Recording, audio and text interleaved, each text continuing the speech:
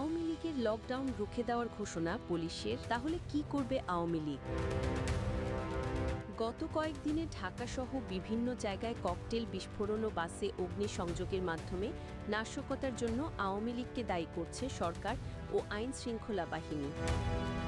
Police বলছে, এসব ঘটনার মাধ্যমে মানুষের মধ্যে আতঙ্ক ও আশঙ্কা তৈরি হয়েছে। আওয়ামী লীগের লকডাউন কর্মসূচিকে কেন্দ্র করে বৃহস্পতিবার ব্যাপক নিরাপত্তামূলক ব্যবস্থা নেওয়ার ঘোষণা দিয়েছে ঢাকা মহানগর পুলিশ। অন্যদিকে আওয়ামী লীগ নেতারা দাবি করছেন, পরিস্থিতি যাই হোক না কেন তারা এই কর্মসূচির মাধ্যমে ঢাকাকে বিচ্ছিন্ন করে দেবেন।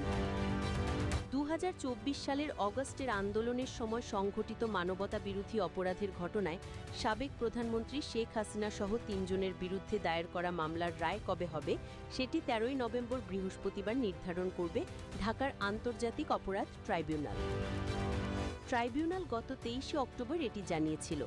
এরপর থেকে ঢাকা সহ কিছু জায়গায় ককটেল বিস্ফোরণ ও বাসে আগুনের ঘটনায় জনমনে উদ্বেগ তৈরি হয়েছে বলে মনে